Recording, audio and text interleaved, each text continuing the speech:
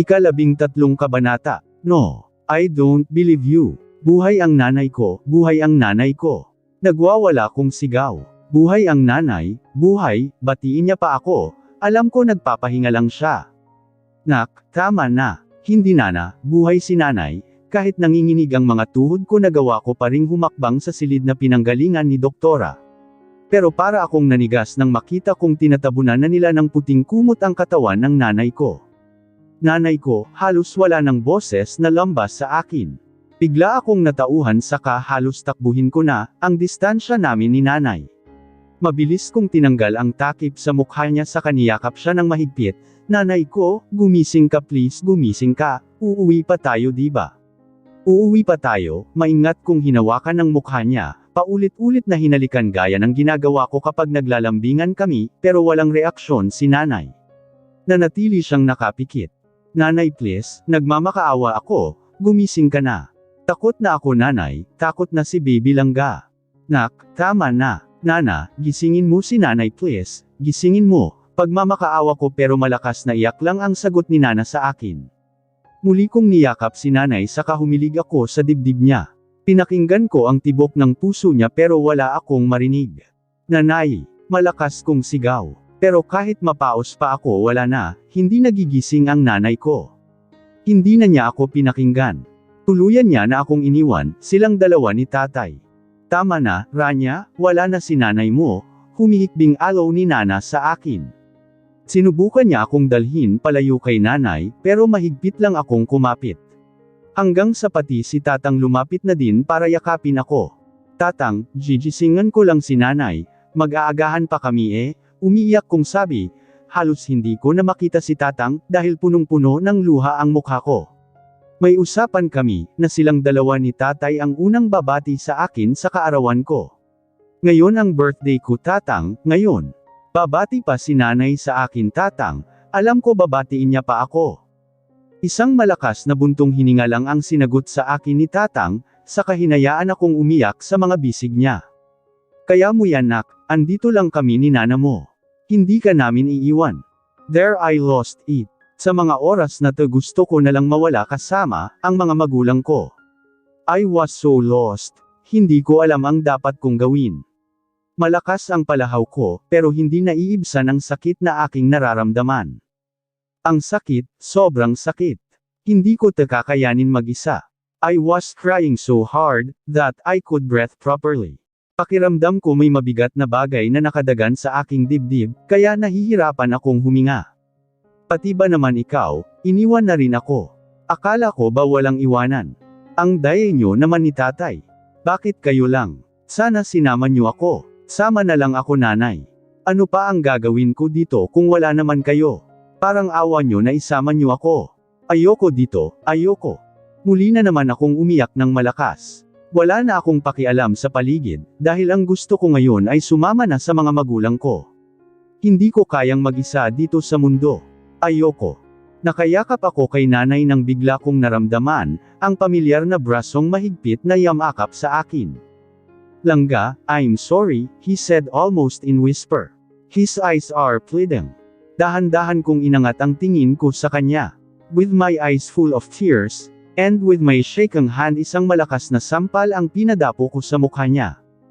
I hate you. I hate you. Wala kang karapatang tawagin ako ng ganyan pagkatapos mo akong saktan, pagkatapos mo akong latin, pagkatapos mo akong insultuhan. Wala kang karapatan. Kaya umalis ka. Umalis ka, umalis ka, ayoko sayo, ayoko, paulit-ulit kong sinuntok ang dibdib niya pero hindi siya umiilag. Tinanggap niya lahat ng pananakit ko sa kanya hanggang sa ako na ang sumuko.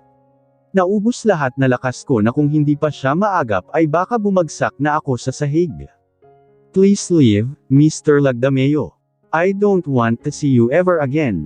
Mahina kong sabi pero mahigpit niya lang akong niyakap, sinubsob ang mukha niya sa balikat ko. Naramdaman kong yumuyugyug ang balikat niya, ang pagkabasa ng balikat ko pero naubos na ako. Wala na akong nararamdaman. Hate me all you want but please don't let me leave you, langga. Please hayaan mo akong bumawi. Magpapaliwanag ako, please pakinggan mo muna ang paliwanag ko, lang. Sunod-sunod akong umiling sa kanya saka kinalas ko ang braso niyang nakayakap sa akin. Wala nang magawa ang paliwanag mo dahil durog na ako. Hindi ka pa ba kontento? Kulang pa ba ang paakit ng pamilya niyo sa akin? Puno ng hinanakit kong tanong sa kanya. I trusted you, akala ko totoo ang paglapit mo sa akin pero ginawa mo lang pala yun para makapaghigant sa amin. Ano, masaya ka na? Masaya na kayo ng tito pati tita mo. Please baby, let me explain. I know I'm wrong pero pakinggan mo muna ang paliwanag ko. Please langga, nagmamakaawa ako sa iyo, sa harap ng nanay mo, pagmamakaawa niya sa akin. Luhaan ang mga matang sinalubong ko ang mga mata niya sa kasunod-sunod akong umiling sa kanya. Tapos na ang lahat William, papakinggan ko man ang paliwanag mo, hindi mo na maibabalik pa kung ano man ang meron tayo, sunod-sunod na nangilid ang mga luha niya. Bahagi ka na lang ng nakaraan ko na gusto kong kalimutan. Kayong lahat na nanakit sa akin gusto kong kalimutan. No baby, please kahit ngayon lang, saka dahan-dahan siyang yumuko para lumuhad sa harapan ko. I just did that dahil nabulagan ako, langga, nabulagan ako ng galit sa taong wala naman palang ginawang masama sa pamilya ko. Malabo na ang paningin ko, dahil sa mga luha, pero hindi ko magawang iiwas ang tingin ko sa kanya. I was just saturdering him, while my tears continue falling down my cheeks. Bakit kailangan mo akong saktan? Bakit ako? Pulong ko sa kahumikbi. Wala akong kasalanan sa'yo, pero bakit mo ako sinaktan? Mabilis niyang sinubsob ang mukha niya sa tiyan ko, doon siya umiyak ng malakas. I was crying hard with him, our cries and our sobs filled the room. I'm sorry, Langva. I regret all the words I said to you. I should have not said that. Habang buhay ko itong pagsisihan. Alam ko na ngayon kung ano ang totoo, alam ko na I am sorry langga, I am sorry. Walang lakas kung tinapik ang balikat niya para kumalas siya sa akin, pero para itong batang nakakapit sa akin. Umiling ako pilit na sinisiksik ang sarili niya. Bitawan mo ako. Dito lang ako langga, dito lang ako, lalo pang humigpit ang yakap niya sa akin. Ayokong iwan ka, dito lang ako sa'yo. Please langga, kahit galit ka, dito lang ako. Tama na William, I'm done with your drama. Enough of these bullshits. Hindi nyo na ako mauuto ng pamilya mo. Buong lakas kong kinalas ang mga bisig niyang nakayakap sa akin. Laglag ang balikat na bumagsak siya sa sahig. Mabilis akong umatras nang tumayo siya sa kamuli sanang yayakap sa akin. I don't need you in my life. I cannot trust you anymore. Whatever agenda you and your family have, keep it. I said and looked him blankly. Isang malakas na buntong hininga ang aking pinakawalan, saka marahas na pinunasan ang luha sa aking pisngi. Wait till I recover and ready to face you again. By then sisiguraduhin kong ako ang magtatapos ng larong sinimulan ninyo. Good luck Mr. Lagdameo, may the odds be in your favor, by that time cause if not, I won't stop till I see you bleeding. It's okay not to be okay. I started with a smile plastered in my face. I was invited as a guest speaker in my alma mater, and was tasked to give a motivational speech for the nursing graduates. I graduated with the highest Latin honor, in both my pre-med and medical course and topped the physician licensure examination. There were times in our lives that we feel sad and it's okay. We are broken, exhausted, tired and helpless, it's okay. We cry, we weep, we shed buckets of tears, it's okay. We scream, we yell, we shout, still, it's okay. It is okay not to be okay. But you know what's not okay. Tumigil ako sa pagsasalita saka nakangiting tumingin sa kanila. It's not okay to dwell with that emotions forever. You can be sad, broken or exhausted but make sure, after that you will rise, you will stand up, you will move on and be the best version of yourself.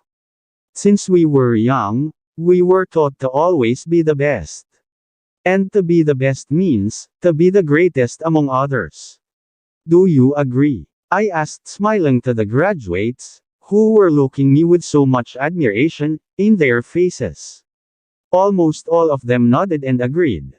But I disagree. I continued with the same smile in my face, which earned buzzes from them. You wanna know why? I always believe that striving to be the best is not about a life of constantly beating or competing with other people so that you can be the top. It's not about stepping down others so you can be above. Rather, it is conquering a greater enemy other than the people around you. And that person is you. Yes, you. The person in front of you when you're looking, the mirror, nothing but you and yourself. Everyone fails, but not all who fail is a failure, for failures are only for those who did not have the courage to stand up after they fall. I paused and looked at them again, remembering the younger version of myself. Remembering those times that I stopped believing in myself, those times that I was so broken and devastated. We fail, it's inevitable. But we will never give up. I was once a failure, you know. I paused and looked their funny reactions. They are looking me in disbelief, yung iba mukhang ayaw pang maniwala pero ngumiti lang ako sa kanila. Believe me, I once considered myself a failure and reached to the point of giving up. But I stood up and get back to the track and fought for myself, fought for my dreams. My parents' dreams. I felt the lump on my throat upon mentioning about my parents, so I paused for a while. I don't want to remember what I did earlier today, baka hindi ko matapos ang speech ko. It's been years but still, I feel like it happened only yesterday.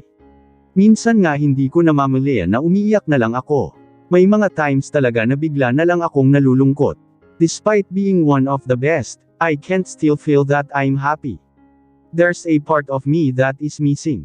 Deep inside, I feel hollow, I feel empty. Pero agad kong binuraan kung ano-anong pumasok sa aking isipan bago pa ako maging emotional. Muli kong binalik ang tingin sa mga kabataang nasa harapan ko.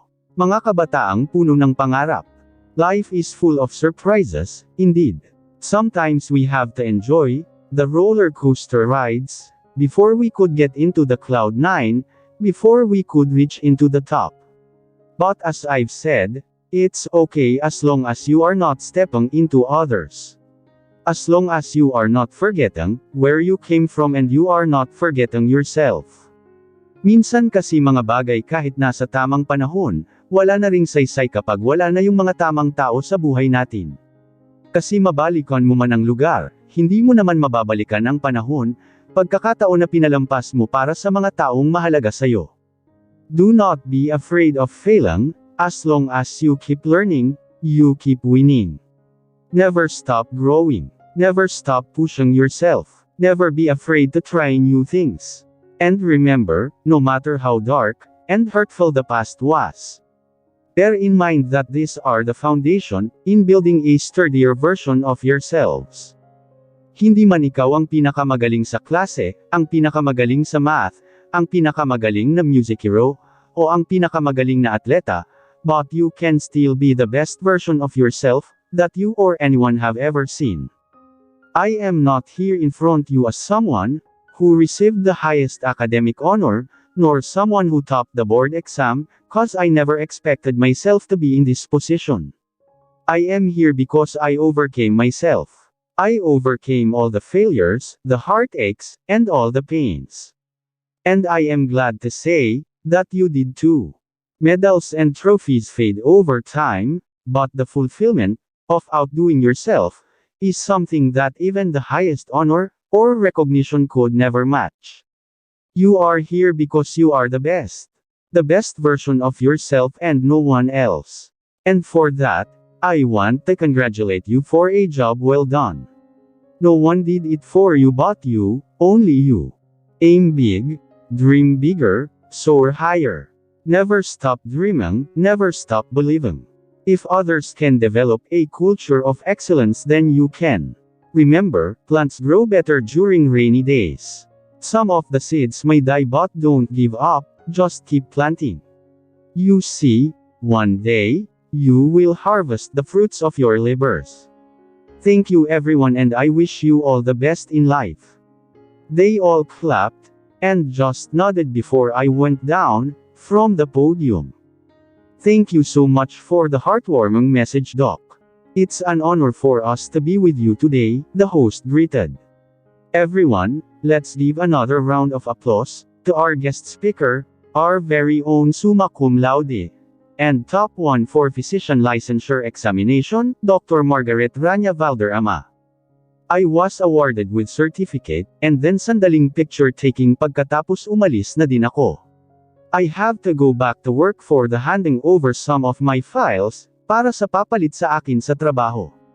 This will be my last week serving Castillo Medical Hospital. Next week I will fly to the States. I was offered a job which will help develop my career in my chosen field, and I gladly accepted it. But no one knew, except for the management of Castillo Medical Hospital. Sa kanila lang ako nagpaalam ng maayos.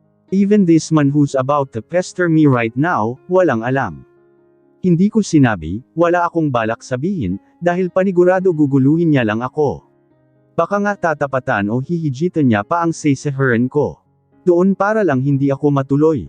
Yes, the family of this brute owned some big hospitals inside and outside of the country.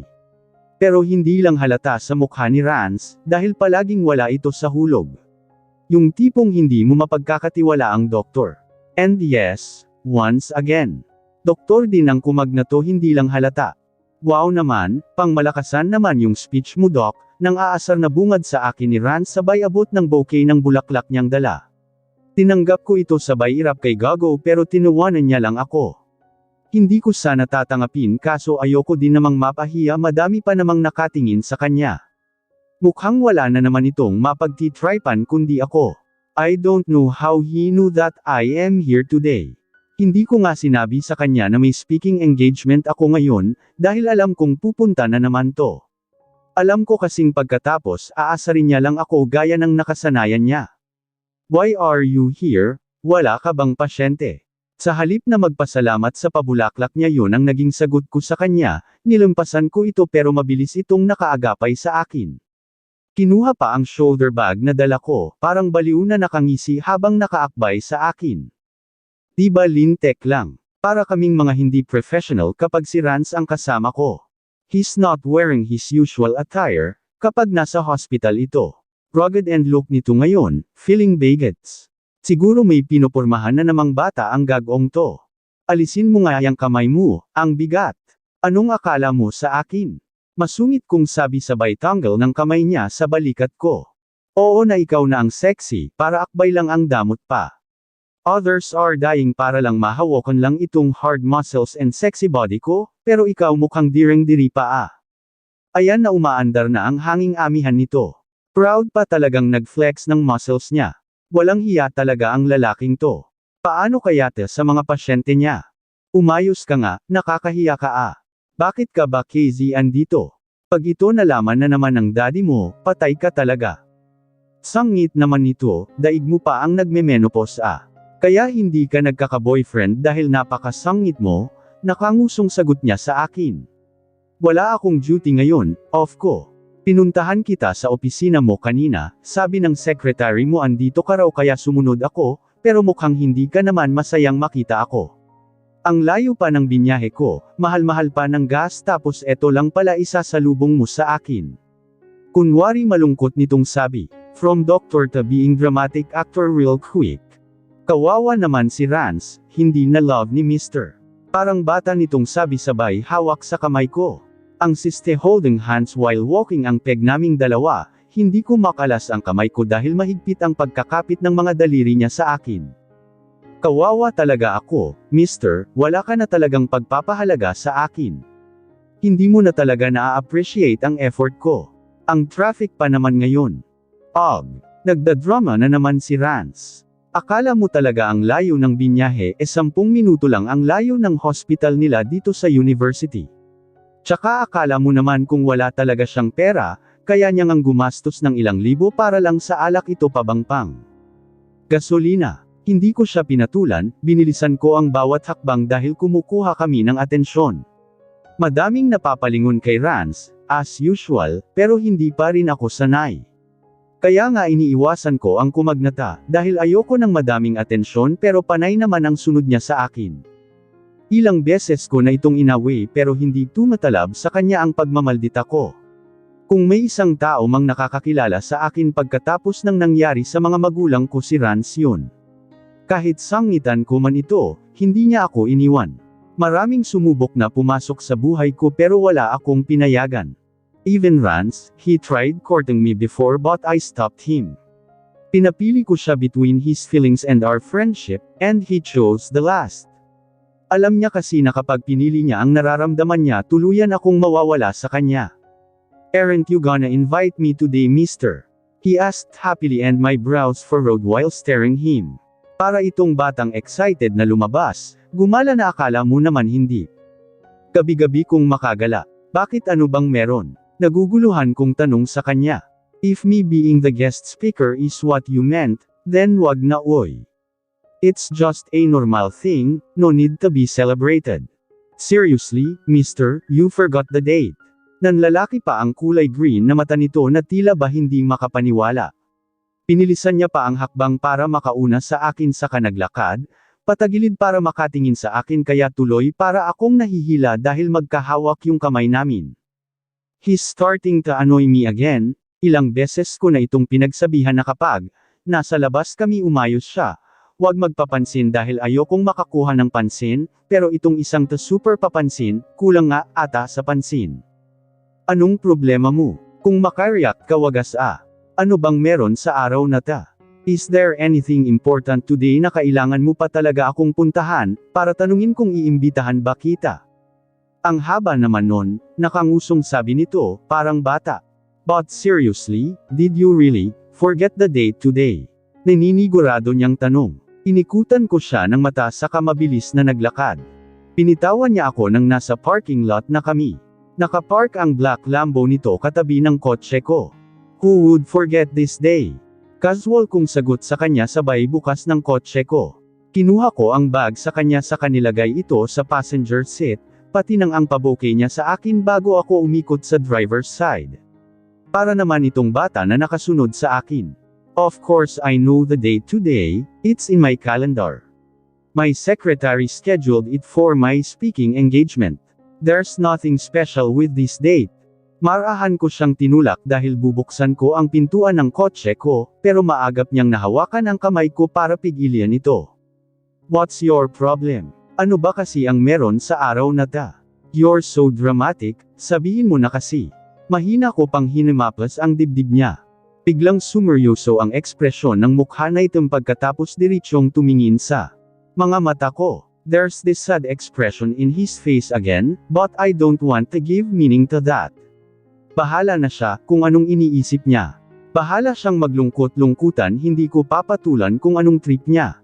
Today is October 10, mister, halos pabulong niyang sabi pero sakto pera namang madinig ko. Alam ko na kung saan papunta ang usapang to pero hindi ako nagpahalata. So, I trailed. What's with the date? Is there any important event for you today that I missed? I pretended that I don't have idea with what he was thinking. He didn't answer but his eyes is still directed to me, maybe waiting for me to remember something. But I already mastered how to hide my emotions. I'm sorry, wala talaga akong maalala sa araw na to May usapan ba tayo today? Pasensya ka na hindi ko matandaan. I was a bit busy these past few days. From hospital and some other stuffs, that's why I'm preoccupied. I'm sorry. Today is your birthday, mister, mahina niyang sabi sabay tingin sa mga mata ko. Pagkatapos malakas na buntong hininga, ang kanyang pinakawala nang makitang hindi man lang nagbago ang aking reaksyon. I'm here, cause I want us to celebrate your birth. I am not celebrating birthdays, you know that. I said in a low voice, cutting him. His expression changes, naging malungkot ang mga mata niya, pero blankong tingin lang ang pinukol ko sa kanya. Kumakbang ito para lumapit sa akin. Hinawakan niya ang kamay ko. Saka mahinang pinisil. Can we at least go out today? Mahinahon niyang tanong sa akin. I miss talking to you. I miss our bonding. Miss ko na ang tawanan natin. Kahit ngayon lang mister, please. Hindi ako sumagot saka umiwas lang ng tingin sa kanya.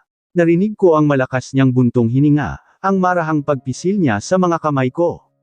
Pagbigyan mo naman ako, Rania, kahit ngayon lang, halos pabulong niya nang sabi. Bakas ang lungkot sa boses niya kahit hindi ako nakatingin sa kanya. Alam kong hanggang ngayon may feelings pa din sa akin si Rance, pero malaki ang pasalamat ko na sinarili niya lang ito. I don't want to be unfair to him and also to myself, until now I'm still not ready. I don't want to be in that situation again. I'm scared to open my heart again.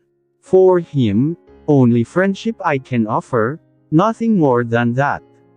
It's better kung hanggang doon lang, at least sa friendship may tampuhan man pero walang hiwalayan. Funny na ganito ako mag-isip kahit hindi pa man ako nagka-boyfriend. Rania please, ang nagmamakaawang boses nito ang dahilan kaya ako napalingon sa kanya. Nagkatitigan kami. Ang kulay lantian niyang mga mata ay nangungusap sa akin, bago pa man ako nakapagsalita dinala niya na ang kamay ko sa kanyang labi, masuyong dinampyan ng halik. Kahit ngayong lang, hayaan mo namang ipadama ko sa'yo kung gaano ka kahalaga sa akin. Malungkot niyang sabi, kahit man lang bago ka pumuntang Amerika. You know from the start, Zacarias, that this marriage will not work. But you should be thankful that I am still with you. I was looking my mom. She's busy putting her things inside the luggage, while she's talking to my dad on the phone. She told me that she will go visit her best friend, Tita Mina, in the island today, but I can't come with her, because dad won't let me. Kung aalis daw si mommy, umalis siya basta wag akong isama. Mom can't go against dad dahil siguradong hindi siya papalabisan ng mga guards sa gate, kapag bitbit niya ako. Hindi ko rin maintindihan kung bakit panay ang alis ni mom. She should be the one taking care of me, not my nanny.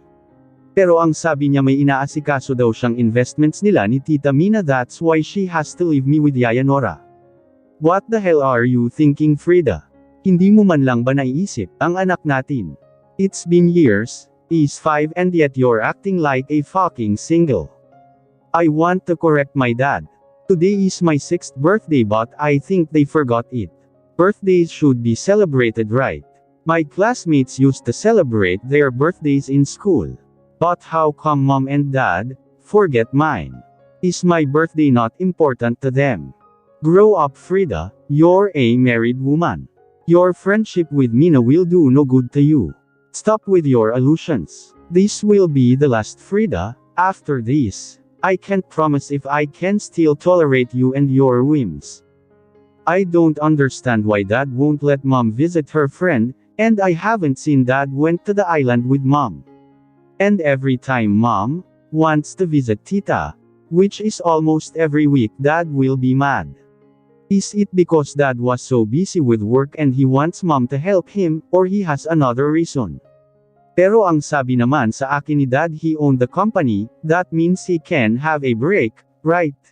He can go with mom if he wants. I don't want to argue with you. I will go whether you like it or not. I'm not asking your permission either.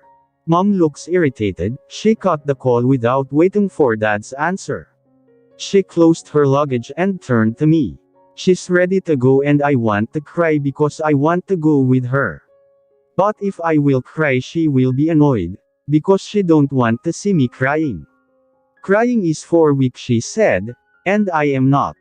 I am strong. I should be strong because she said no one will take care of a weak child. Son, she said in a soft sweet voice, caressing my hair gently while looking my eyes, with the same sad expression every time she will leave me to visit Tita Mina. Mommy will leave you for a while, son. Hindi ko na napigilan ang pagtulo ng luha ko.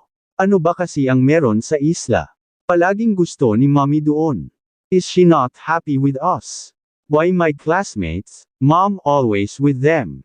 I am only 6, mom should not leave me, but she always does, and that's the reason why dad is always upset with her. Can I come with you, mommy? I said, controlling myself not to cry hard. I want to come with you, I want to be with you. Please sama ako, mommy, I said in a small voice.